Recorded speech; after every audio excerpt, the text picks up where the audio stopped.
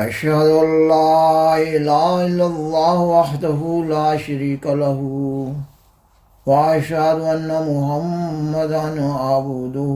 ورسوله أما بعد فأعوذ بالله من الشيطان الرجيم بسم الله الرحمن الرحيم ما كان محمد أبا أحد من رجالكم ولكن رسول الله وخاتم النبيين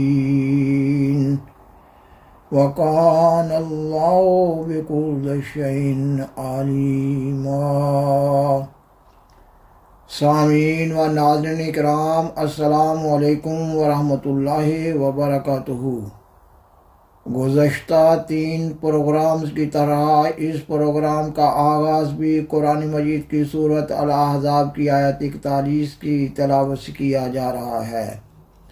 خاکسار نے اپنے گزشتہ پروگرامز میں بیان کیا کہ آئندہ کے چند ایک پروگرامز میں عقیدہ ختم نبوت کی اصل حقیقت واضح کی جا رہی ہوگی اور جماعت احمدیہ پر اس عقیدہ کی نسبت سے پڑھنے والے تمام اعتراضات کا مرحلہ وار جائزہ لیا جا رہا ہوگا۔ آج کا پروگرام عقیدہ ختم نبوت کی اصل حقیقت کے مضمون پر قسط نمبر 4 کے طور پر پیش کیا جا رہا ہے۔ اس پروگرام میں سیدنا حضرت محمد رسول اللہ خاتم الانبیاء صلی اللہ علیہ وسلم کی حدیث مبارکہ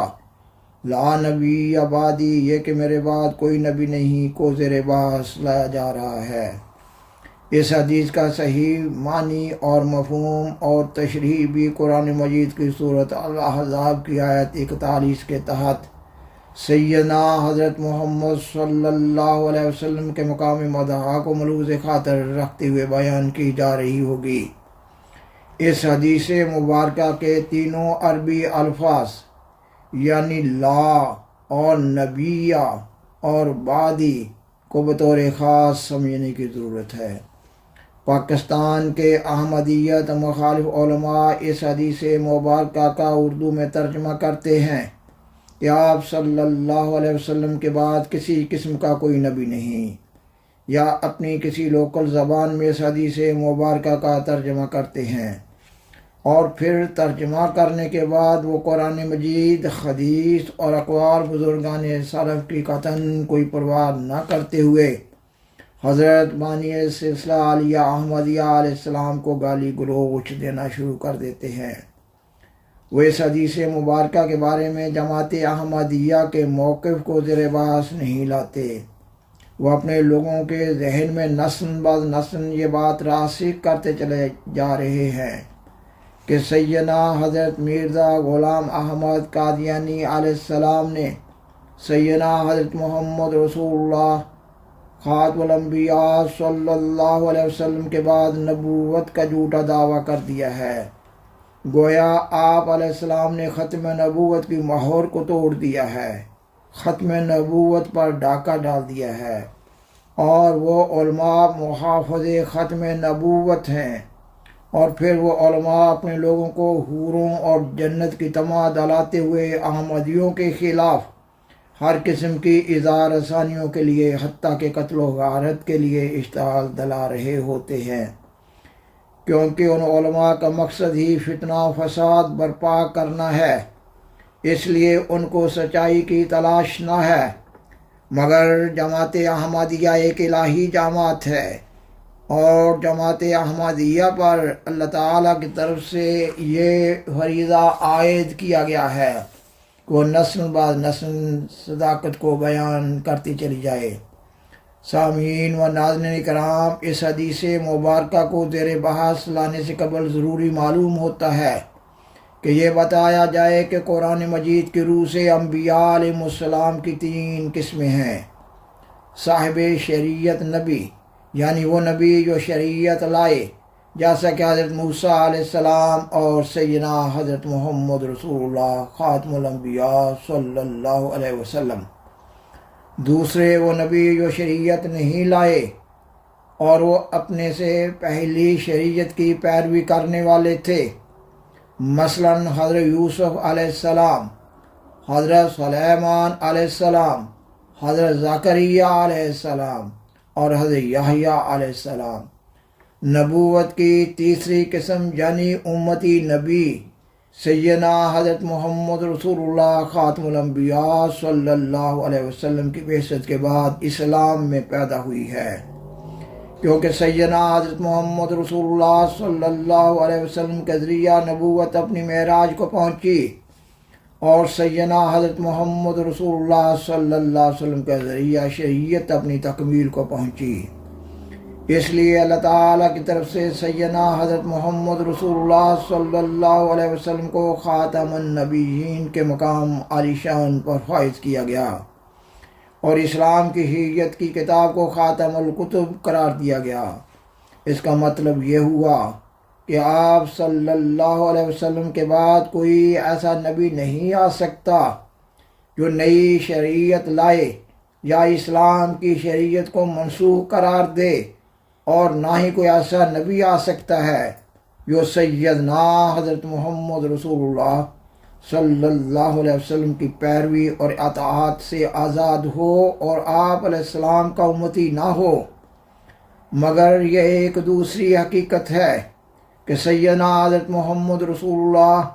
صلی اللہ علیہ وسلم کے خاتم الانبیاء ہونے کا اور قرآن مجید کے خاتم الکتب ہونے کا ہرگز یہ مطلب نہ ہے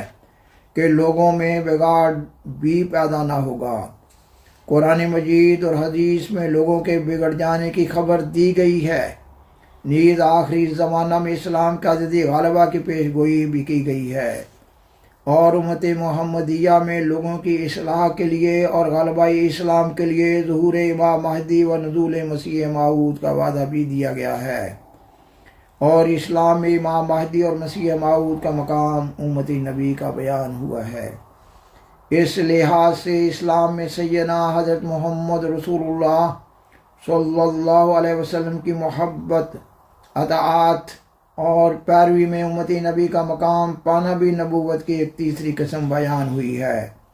انشاءاللہ تعالی اس سے اگلے پروگرام میں قرآن مجید اور حدیث اور اقوال بزرگان سلف کی روشنی میں سیدنا حضرت محمد رسول اللہ خاتم الانبیاء صلی اللہ علیہ وسلم کی محبت، اطاعت اور پیروی میں امت محمدیہ میں عند ضرورت نبوت کا مقام پانے پر بات کی جا رہی ہوگی۔ سامعین و ناظرین کرام، خاکسار نے بیان کیا کہ اس پروگرام میں حدیث مبارکہ لا نبی بعدی، یہ کہ میرے بعد کوئی نبی نہیں کو زیر بحث لایا جا رہا ہے، اور خاکسار نے یہ بھی بیان کیا کہ حدیث مبارکہ کے تینوں الفاظ لا اور نبیہ اور بعدی کو بطور خاص سمجھنے کی ضرورت ہے۔ خاکسار نے ابھی اس پروگرام میں نبوت کی 3 اقسام بیان کی ہیں۔ آئندہ کے پروگرامز میں مناسب موقع اور محل پر امت محمدیہ میں امتی نبی کے مقام پانے پر مزید بات کی جا رہی ہوگی۔ اس وقت اس پروگرام میں خاکسار لفظ لا بمانی نہیں اور لفظ بعدی بمانی میرے بعد کی قدر وضاحت پیش کر رہا ہے۔ عربی زبان میں لا بمانی نہیں، لا نفی جنس کے لیے بھی استعمال ہوتا ہے اور لا نفی کمال کے لیے بھی استعمال ہوتا ہے، اور اسی طرح عربی زبان کا لفظ بعدی بمانی میرے بعد بھی تشریح طلب ہے۔ لفظ بعدی بمانی میرے بعد کا مفہوم بھی اسی حد تک محدود ہوتا ہے جو بولنے والے کے ذہن میں ہوتا ہے، مثلا عارضی غیر حاضری یا لمبا زمانہ غیر حاضری یا مستقل غیر حاضری بمانی موت۔ نیز بعد کے معنی مخالفت یا مغایرت کے بھی ہوتے ہیں۔ یہ عربی زبان کا قاعدہ ہے، جماعت احمدیہ کا خود ساختہ اصول نہ ہے۔ قرآن مجید اور حدیث اور محاورہ عرب سے اس مضمون کو بدلائل بالوضاحت بیان کیا جا سکتا ہے۔ الفاظ لا نبی بعدی مکمل حدیث نہیں ہے۔ سیدنا حضرت محمد رسول اللہ صلی اللہ علیہ وسلم نے لفظ لا نبی بعدی